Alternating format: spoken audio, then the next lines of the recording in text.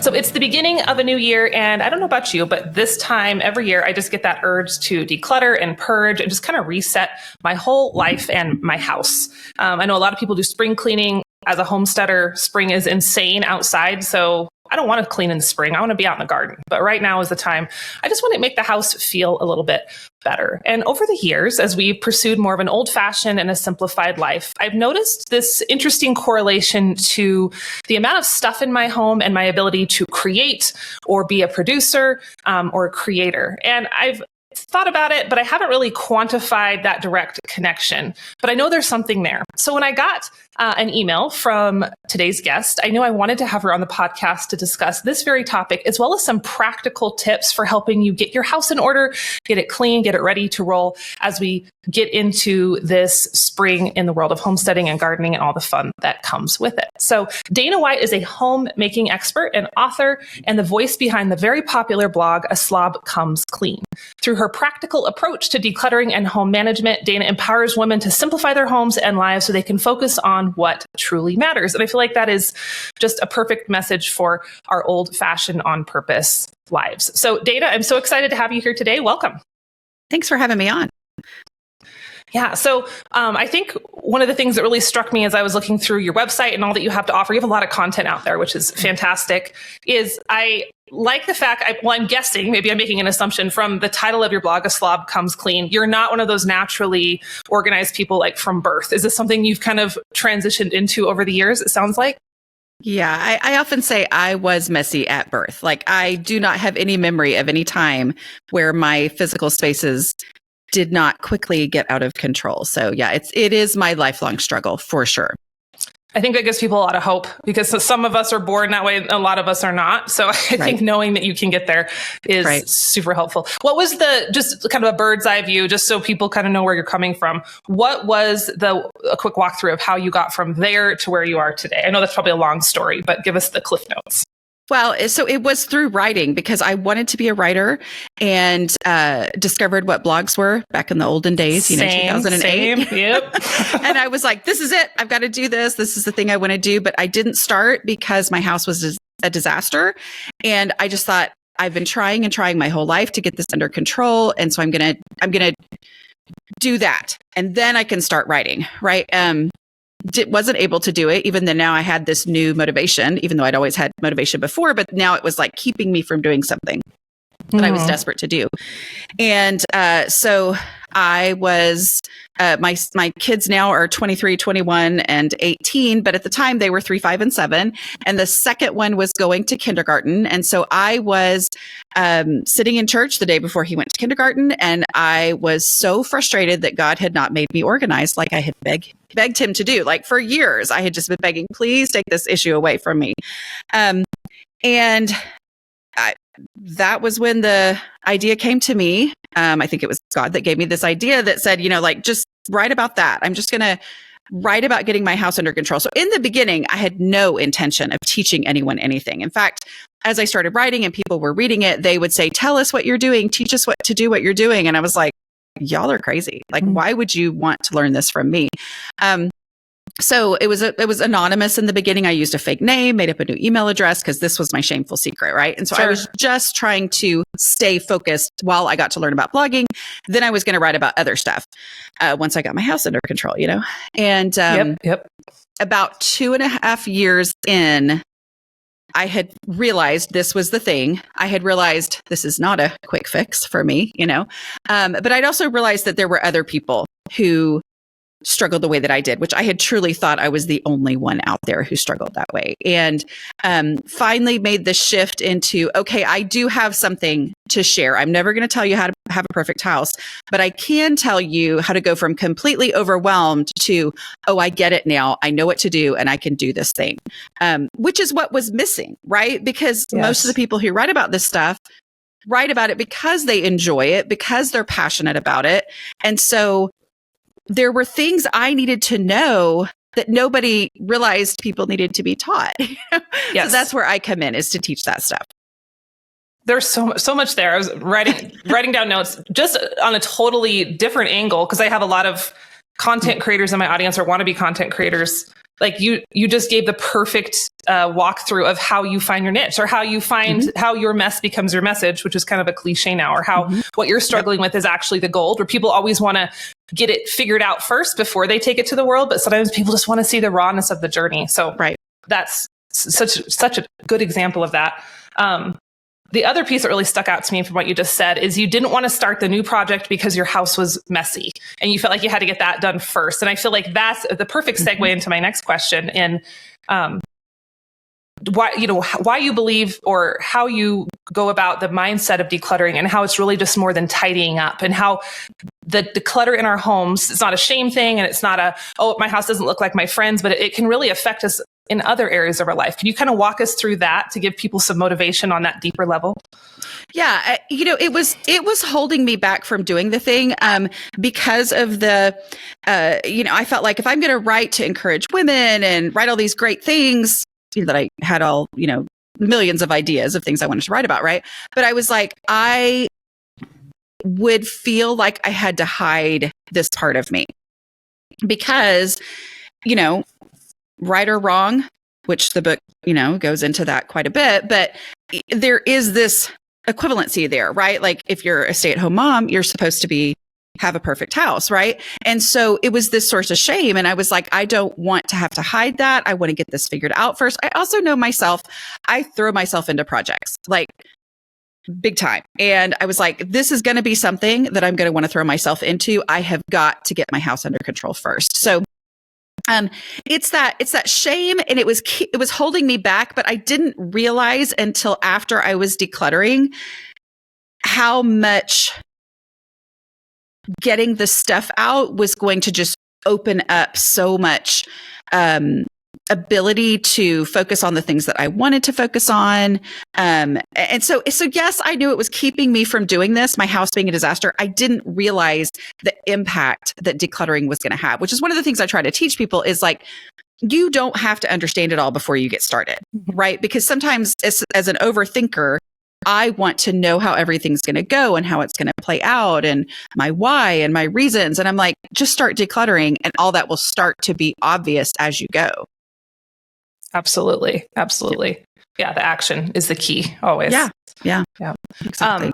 I've noticed for me, and I'm not someone who I don't tend to be super cluttery by nature, but there are periods of life where it's like encroaches, and then I have to be like, whoa, and then we have to, purge, and then it's just that constant kind of ebb and flow. But there's such a mental weight lifted when I don't have the clutter. Do you see that a lot in the people you work with? Is that a thread?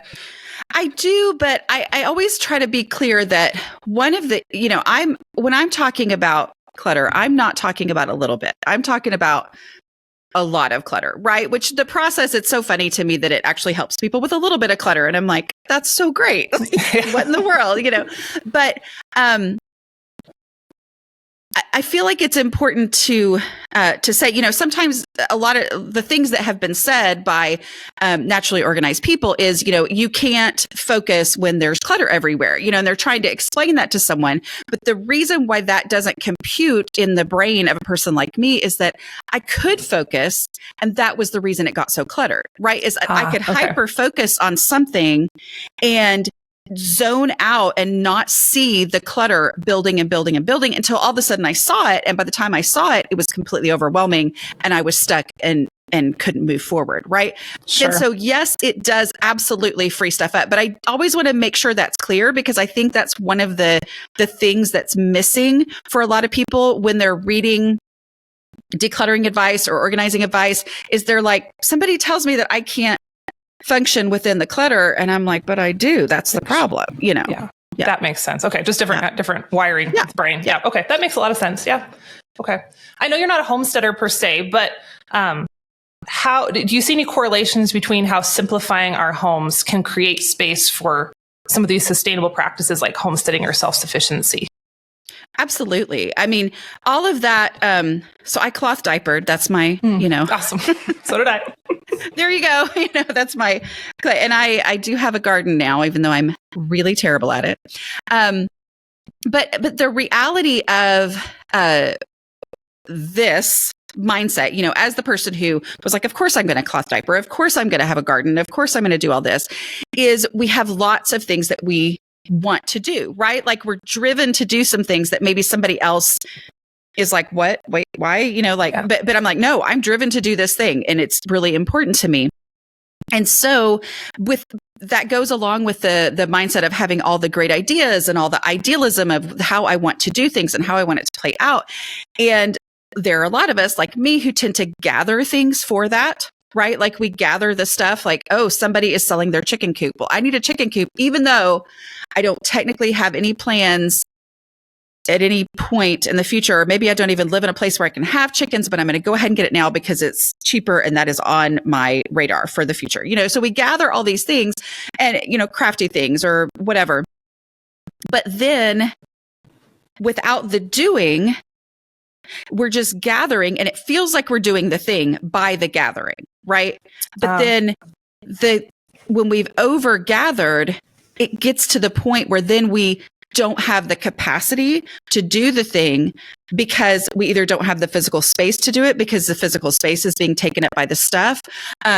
We don't have the bandwidth to do it because we're having to manage that stuff, even if managing just means picking up all this stuff, moving it over here so we can do the project here. And so we're not able to fulfill the thing that we bought the stuff for, or brought the stuff in for.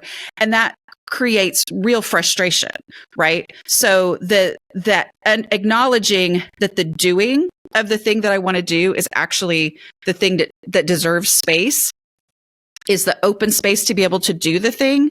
And then that determines how much of the supplies I can really have because I'm putting priority on the actual space to do the thing. That makes sense. And I've seen that a lot. And I've even done that myself where you equate the buying and the gathering to the actual action, but it's definitely a different category. Yeah. Okay. Interesting. Yes. And I know that, so like you said, with the homesteaders, we're doing things that are not orthodox, that not a lot of other people are doing. And we do need that space. And it is a whole other realm of stuff that sometimes that lifestyle requires. So yeah. Okay. So let's get into the tactics a little bit more. What are some practical steps that families can take to begin decluttering, especially if they're overwhelmed? Because I think that might be I have a hunch that's a common feeling at the beginning. It's just like, where do I start?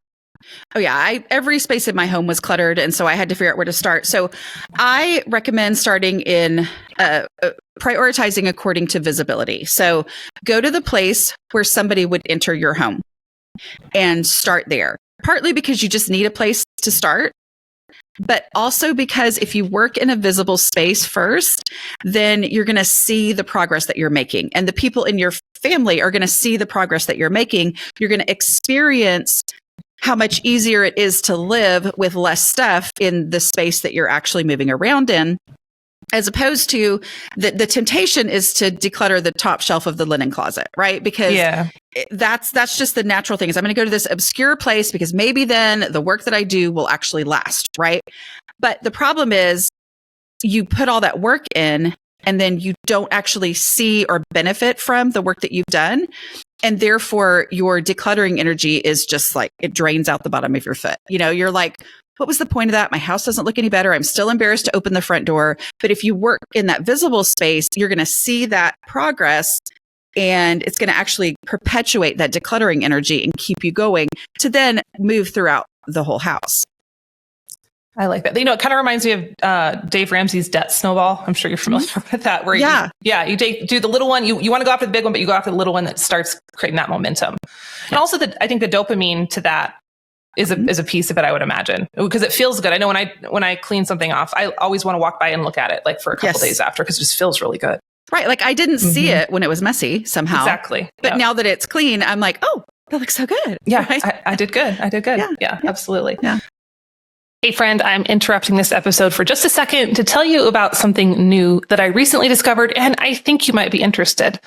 So here on the show, we talk a lot about ingredient swaps and how we can get back to the nutrients we're designed to consume without all of the industrial junk. And one of the ingredients that's super important that I think we often overlook is water. So obviously our bodies are made up primarily of water and we're supposed to consume a lot of water during the day. Whether or not we do that is a whole nother topic. And beyond that, water can greatly affect the outcomes of some of your old-fashioned from scratch foods. I'm namely thinking of things like sourdough or lacto-fermented veggies. So I was really excited to discover Aquatru, which is a reverse osmosis countertop water purifying system. Kind of a mouthful, but it's super cool because it filters out a ton of chemicals that are likely in your tap water that could not only be less than ideal for your body, but they may be messing up your homemade foods and you don't even realize it. This filter will take out the forever chemicals, think like PFAS, fluoride, chlorine, arsenic, nitrates, pesticides, and herbicides. And those last three are especially concerning if you live in an area with a lot of industrial farming because they'll get into the groundwater. And I think what I love most about it is it's a countertop purifier pitcher system. So you don't have to redo your plumbing. You don't have to hire someone to install it. You just take it out of the box and go. Honestly, my 11-year-old put it all together for me and it was super easy. So it filters out 15 times more contaminants than an ordinary pitcher. And I especially love the chlorine part because I wish I had a nickel for every time one of you have emailed me asking how to get the chlorine out of your water for your sourdough starter. So it can do that plus so much more. One filter lasts anywhere from 6 months up to 2 years. And if you have been buying bottled water, it will save you the same as buying up to 4,500 bottles of water. So it's a really good deal. And if you head on over to aquatru.com, that's AQUATRU.com, and use the code HOMESTEAD, you can save 20%. So head on over, check it out, and let's get back to the show. Okay, so that's a great one. Start with what's visible. What's next? What do you do after that for recommendations? Well, as far as how to start, so I have my no mess decluttering process. So it's 5 steps and it takes you all the way from it's a big pile, I have no idea where to start, to completely and totally done decluttering. Now, to be clear, we're talking about decluttering, not organizing. They're two separate things. And when you think of them as the same thing, which is what feels natural, then it feels like there's all this problem solving to do before you get started. But if you're just decluttering, you just go ahead and start getting stuff out. So you start with the trash. It's very likely that people right now are saying, I don't have trash. What is she talking about? Maybe you're the 1 in a million who doesn't have trash, but there is generally trash. And when I say trash, I mean like obvious, oh my goodness, why had I not already thrown this away? The packaging, whatever it is, right? Yep. But looking for trash is powerful, even if there isn't trash, because it takes you from looking at the pile or the cabinet full, and you're now looking at individual items to see if they're trash. And as you're starting to look at individual items, your brain is adjusting to knowing what's in there, because before it was the unknown, right? It was like, that's a cabinet full of stuff, and I know there's important stuff in there. So you feel like everything in there is important, and therefore it's overwhelming. But when you're looking at individual items, you're starting to see that actually not everything in here is important, and you're ready to keep moving. So we go through the process. The first 3 steps are all decision-free, non-emotional. So you get out the stuff you already know what to do with it. You go ahead and do that thing. You get out the obvious donations, right? And then at that point, all of the stuff that was decision-free is gone. And sometimes it's easy to think you should skip that stuff. I call it procrasticlutter, because you're like, well, I know what to do with that. I'll do that later. Right now, I need to make the hard decisions. But there's a lot of power in getting that easy, simple stuff out first, so that you're only seeing what you're actually going to have to make a decision about, and it's not blending in with all this excess stuff, right? And it's less of a pile. Every time you go back to a space, it's a little bit smaller, a little bit less stuff, a little bit less overwhelming, right? Yep. So as you go through the process, the key to the no mess process is that you're going to go one item at a time, making a final decision and acting on that final decision. So the trash is one item at a time, going straight in the trash or recycling. And that's done. Like, you're done with that item. If you stopped after 3 pieces of trash, this space is a little better than it was before. You're not like making a pile of things, right? So the easy stuff, it means you've already made the decision about it. You already know what to do with it. You just have to go do the thing. You don't set it aside in a pile. You don't put it in a keep box. You go ahead and do that thing, so that if you get stopped in the middle, if you have kids, there's always distractions, right? I am extra distractible more than most people, right? So I had always before thought that I needed to declutter by like pushing through this time. This time I just won't get distracted. I'll make sure I don't get distracted. And then that never worked. And I ended up creating a bigger mess every time I tried to declutter because I would make all these piles of things and then I wouldn't actually finish. And I would get discouraged to even start the next time. So instead, I'm like, you know what? I'm going to acknowledge that life happens and I'm distractible and I'm going to do things in a way where I'm going to make progress and only progress, even though that happens. Right. So at that point, you start pulling out one item at a time and you ask yourself the question, if I needed this item, where would I look for it first? And that determines its home. Right. And this is for the things that you don't know the home, because if you knew the home, it went during step 2. Right. So you're getting this and you establish homes according to that throughout the house. And if you would never go looking for it, then it needs to go in the donate box, right? So leading through the process. And then by the end, at that point, you are, everything in this space is something that you would look for here. But if there's still too much, I need to get rid of my least favorites until it fits functionally in this space, right? So that takes you all the way through to make a space comparatively organized, right? Because you know what's there, you can access it, you can see it, you can get it, you can put it back easily, all of that. Okay, that makes sense. Yeah. Yeah, that's helpful.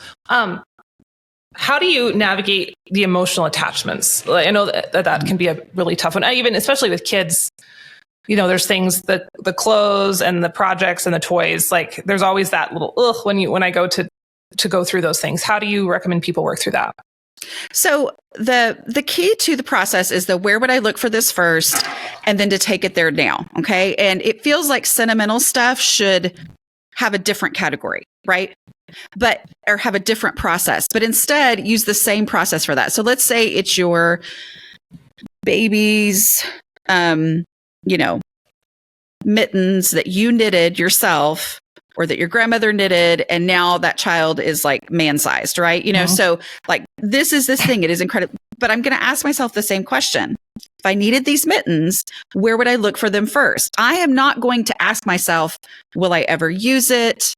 How much do I love it? Because that will make me spin out, especially for homesteaders, crafters, people who are highly creative, which are the people who tend to struggle with clutter, right? Like we can come up with a reason to keep everything, right? Like yes, of course. But if I'm keeping more than I can handle, then I don't have any hope of my space being under control. So instead, I ask myself, where would I look for it first? And whatever instinct pops into my mind of where's the first place that I would look, not that I know it's there, but at the beginning of what I assumed was a 3-hour search for that mitten that grandma knitted, right? I'm going to take it there now. And then I'm going to face the reality of that space. Okay. So let's say it's a shelf in a closet, and I'm going to say, is there room for it here? If there's room for it here, great. It can stay. If there's not room for it here, am I willing to get rid of something else in order to make the room? Which then moves me forward into decluttering my whole house, because I'm like, well, what is less important to me than this mitten? Well, actually, now that I look at it that way, I see that there is, a set of towels that those are the old towels we don't even use anymore. For some reason, they're on this shelf, and it just reveals to you what's more important and what's less important. And so if something's important to you, absolutely, you can keep it. You can't keep everything, but if you're going to keep it, give it a space and get rid of something that's less important to you so that it has space. But we want to prioritize our right now life, right? Like what is the actual, I can keep all of those things, but if they keep my children from having places to store their actual socks and shoes that they do wear currently, then that's where I have to make that call. And I have to say, what deserves space more? The stuff we're actually using, or the stuff that, is sentimental to me. Right. Yeah. I like where would I look for this first? And I like that comparison. I think that's really helpful. I've even done that because I have a tendency, I love kitchen stuff, like pots and Dutch ovens and skillets. And I've done that too, where I'm like, okay, I can have all of my Dutch ovens are going to fit in this one drawer. So if they don't fit in this drawer, something else has to go. And that's been helpful just to keep it under control. Because like at the end of the day, I don't really need 2 drawers of Dutch ovens because no one can use that many Dutch ovens at once. But yeah, I like that. That's helpful. Yeah. Okay. Well, and you let the drawer make the hard decision. Yeah. Right. Like, so you're not the one saying this is a good Dutch oven. This isn't. You're just saying this is the size of the space that I have to keep Dutch ovens. And so while I love this one, there's no room. There's no room. It's not me. It's the drawer. It's the drawer. It's the drawer's fault. I like that. I can do that. I can do that. Talk to me about just what role sustainability plays here, because I know a lot of my folks were more eco-minded. We like to think about that. What is that? What correlation do we have here? Yeah, it's a real challenge because I'm not sure exactly where you live necessarily, but like I live in the country. Same. Yep. The reality is there is no recycling pickup where I live. Same, like nowhere. Like I have to drive it 2 hours to get to recycling. And it's tough because especially people on the internet think that everybody has exactly what they have access to. And I'm like, so it kind of is tough because, you're wanting to homestead, you're wanting to be in the country, maybe, have a farm or whatever. And yet at the same time, that keeps you from being quite as, having the access to some of the sustainability things that you would want to have. It is a real challenge. So I talk a lot about your clutter threshold, meaning the amount of stuff that you can easily keep under control. Mm-hmm. And the goal is to declutter until the point where you can handle what you have. And I think what ends up happening is as we keep continually not getting rid of something because we don't have access to the very best way to get rid of it. Yeah. It keeps us over our clutter threshold. And then we don't have the bandwidth to actually do the very best thing anyway. Right. So my encouragement is to get rid of it in the less perfect way. But the goal is that you're going to get under your clutter threshold so you can actually do the things that you've read about on the internet that you can do for sustainability purposes. Yeah. Do you know what I mean? Yes. And so, it's like because I'm just going to be honest, like a lot of the people I work with, like it's a real challenge, the recycling thing. I always say I'm like trash or a recycling bin if you already have a recycling routine. But while you're decluttering because you're overwhelmed in your home, that is not the time to try to figure out a recycling routine. Yeah. Get rid of it the way you have available to you to get rid of it.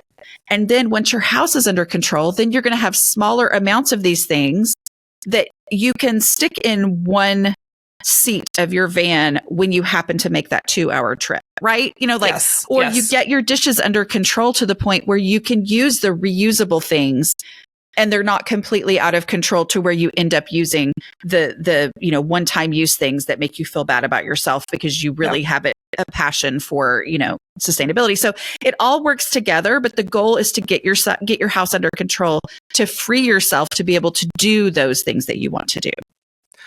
I think that's such great advice because I think we can probably easily bottleneck ourselves trying to find that perfect disposal solution, like you said. Yes. And I will make a confession here because like I said, our recycling is 2 hours away. Mm-hmm. Like we have to go to a different state to take our recycling. And there was a period where I'm like, was super bound and determined to do that. And so I was collecting everything in my basement. Mm-hmm. And so and I don't go down to the other state very often. I don't drive that. I don't make the 2-hour drive very often. So I had like an entire room full of boxes of all this recycling stuff. And it was so overwhelming. And then I couldn't get through the room. I couldn't walk through the room and I couldn't clean the room. And my husband's like, stop. Yes. Just throw it away. So I did. I don't love that it just went into the dumpster, but I'm like, this is out of control. I got to get a new baseline of just a foundation. And then we can come up with a new plan, just like you said, So because it is okay to be sad that we don't have access to recycling, right? It's okay to be frustrated over that. But if it takes over your life, which is the thing that can happen when you're like, I don't want to be frustrated. I'm going to do the right thing. And then it just gets out of control. Then that's where the real problem is. Absolutely. Yeah. Yep. Been there. Yeah. I'm also curious your thoughts on just, I like the practical side, but I think I just want to give people some inspiration as they're, thinking through their purging and stuff at the beginning of the year. And I know hospitality is a topic I've been really leaning into lately as a homesteader. And I see a lot of other homesteaders leaning into that as well. Just how our homesteads and our homes can become places where we welcome others. And how can turning our home into a more peaceful space encourage that? Or what are some tips that we can help bring that hospitality up to the forefront of what our families are doing? Yeah, I think that I didn't realize how much my excess of stuff was the actual problem. I just thought, I've got to get organized. I've got to get organized. I've got to find a way, because it really grieved me that it was such a big deal for me to have people over. Like I would say back, when my house was out of control, I would say, I can have people over. I just need 2 weeks to get ready. Because I would shove everything into a room where I could lock the door, and then I would spend the next week cleaning, and so the reality was like getting the stuff out and realizing, okay, even when life happens and everything is out of place, things actually have a place to go back to now. And there's space for all of it. And there's so much less stuff that generally my whole family working for 5 minutes of picking up, that's, 5 people is 25 minutes of picking up. That gets the house back under control because we're under our clutter threshold. So that finding your clutter threshold is just so freeing to where, like I said, it used to be 2 weeks for me to be ready to have people over. And it was 2 very, very, very stressful weeks, where now, because I have so much less stuff, even if the kitchen is a mess, because life has been going crazy and there are, some things strewn about, I can literally, if somebody needs me, my daughter, for prom, a bunch of girls were getting ready together, and there was this big thunderstorm, and the people who were going to host all the girls to get ready together, their power went out. Right. And so I was just like, well, they can come to my house. And I was like an hour away driving there. And I'm like, it's fine. And to be at that point it lets me be me, because I always wanted to be that person. I always wanted to let people in. But, as long as I had stuff that had nowhere to go other than to be thrown into a room, where I could lock the door and then it would all drift back out over time. That just was so stressful to try to have that kind of thing. So that freedom comes from just having less stuff to manage. And that is so key. And that's what I think about that a lot, is just how much time, especially as Americans, because we are such consumers, how much time we spend just managing our stuff. Yeah, like, because there's other things we can be doing. And it takes a lot of just that mental bandwidth just to manage it, to move it and to put it in this box and put it here and move it to this room. And we don't have to do that. And physical work. Like I didn't realize until I wasn't having to do that physical work, how much energy, like physical energy, had to go into that. And then just to be like, oh, well, now I can put that physical energy into, making the dinner or whatever. And I don't have to, clear off all these surfaces to be able to do that first. Yeah.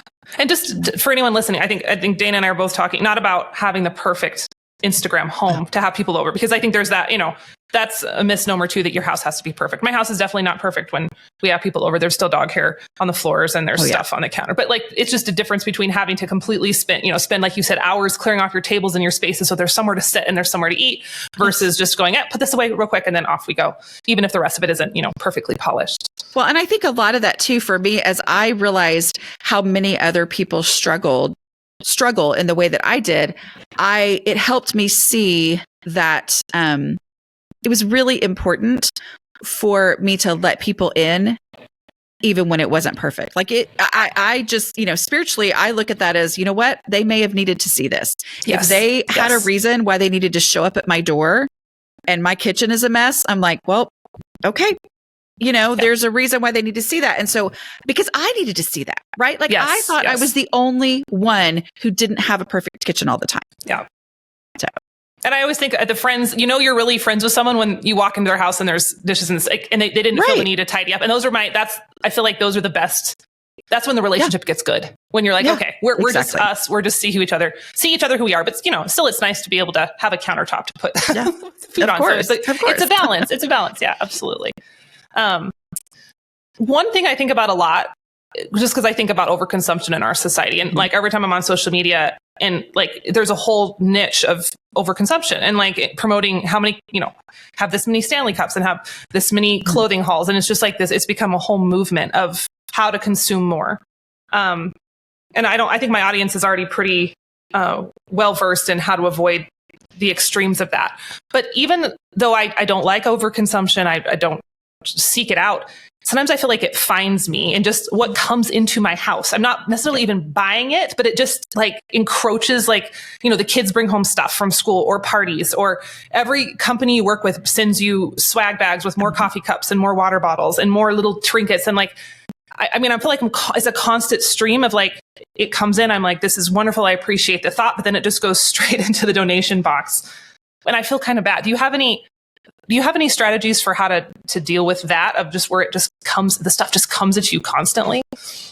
Yeah, I think it's, to go to the root thing of like, how do I deal with this? Because I think that there are a lot of people who hear what you said and they're like, oh yeah, but I'm not getting it out, right? Like I'm not, it just feels like, oh, but and then somebody was nice enough to give me whatever, and like you were talking about your drawer with the Dutch ovens, like that's actually my core concept. I call it the container concept. Like when I realized, oh, space is finite. I can't just keep everything, like that's the problem, is I was trying to keep everything, and a space is meant to contain. So that's meant to serve as a boundary. And so I blame that. And I constantly look at my space as, yes, this thing came in and it may be a great thing and it may be really kind of the person to give it to me, but the space I have is the space that I have, and I'm going to blame that space. Right. Mm-hmm. And so I'm going to let that thing go. And then when I get that mindset, then I am more likely, not always, and it depends on the situation and the relationship, of course, but I am more likely to be able to say, no, thank you. Yeah. And sometimes it means a proactive, because once I got my house decluttered to the point where I actually had spaces for things and I could handle it, then the way to maintain that is that if something comes in, something else has to leave. Well, that really helps me evaluate what I want coming into my house, right? And I know not everybody is in a situation where people are just sending them random things, right? Mm-hmm. But there's still that tendency. For me, it was the thrift store. I would go to the thrift store or go to a garage sale where somebody had a kid that was a year or two older than mine and was selling their entire wardrobe, and I could get the whole entire thing. And then I went to another garage sale and somebody else was selling the whole wardrobe. And so I'd bring all this stuff in. But as I decluttered and as I really embraced the reality of my spaces, it made everything look different to me before it entered my house. Like I can identify that this item is going to turn into clutter because I have decluttered other things that were very similar. And so it's like, this is a nice cup, but I literally just got rid of 6 cups.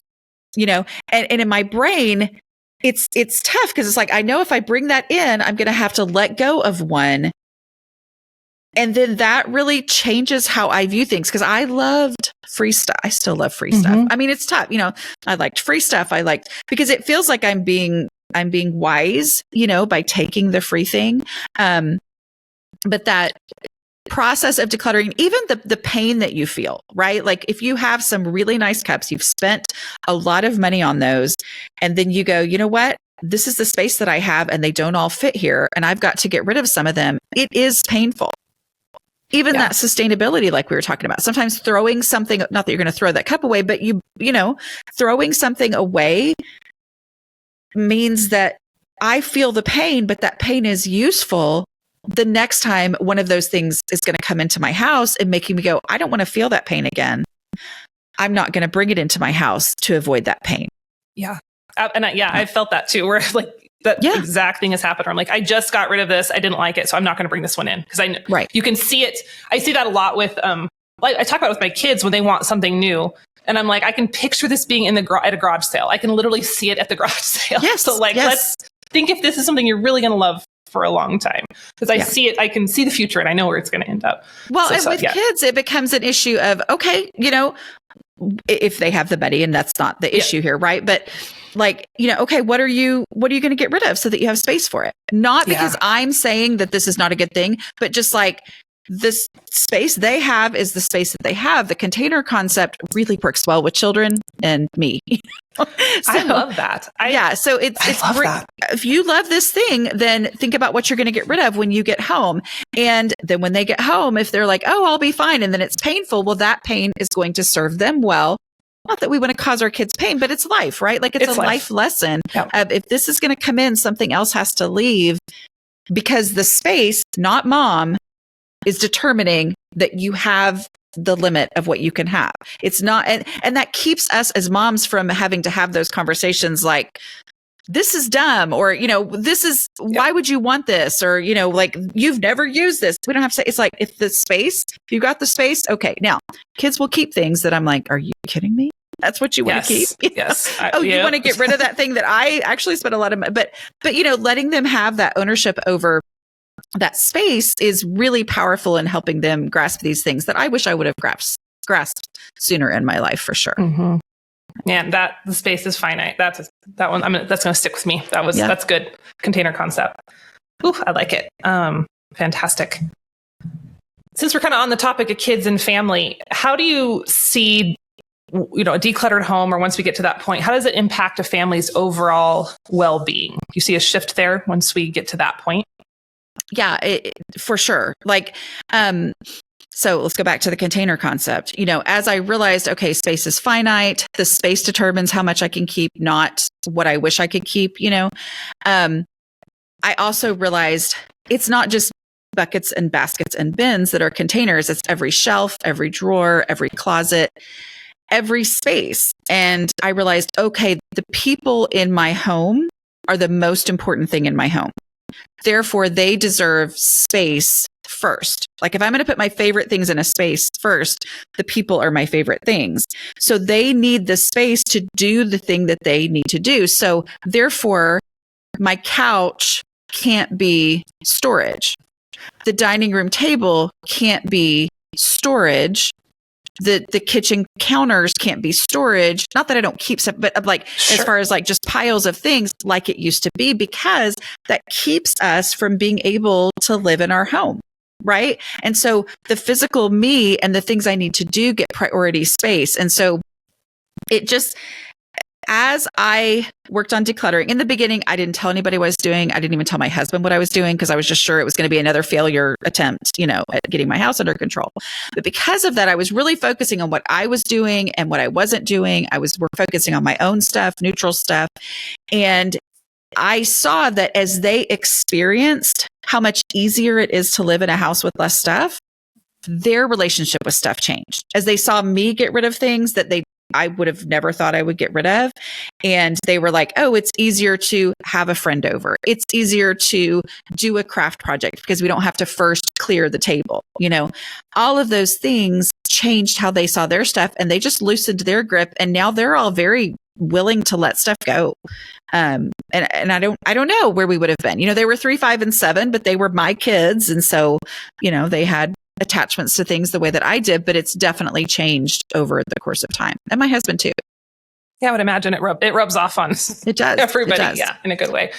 And what you said about it being easier, and that's what I think what I've found is it's the decluttering can be painful and it can be a challenge, but then life does get easier once it's just the surfaces are clean and just life flows a little bit more. Yeah. And starting to realize that when I'm starting to feel that feeling of everything's so hard, I now know that is a signal that I need to declutter some more. Yeah. So I'm curious now that, you have such an incredible platform and you've written all these books. Do you just declutter now naturally? Is it just like something you do without thinking, or do you still have to go, is there phases of your week or your month or your year where you're like, okay, we're in decluttering mode?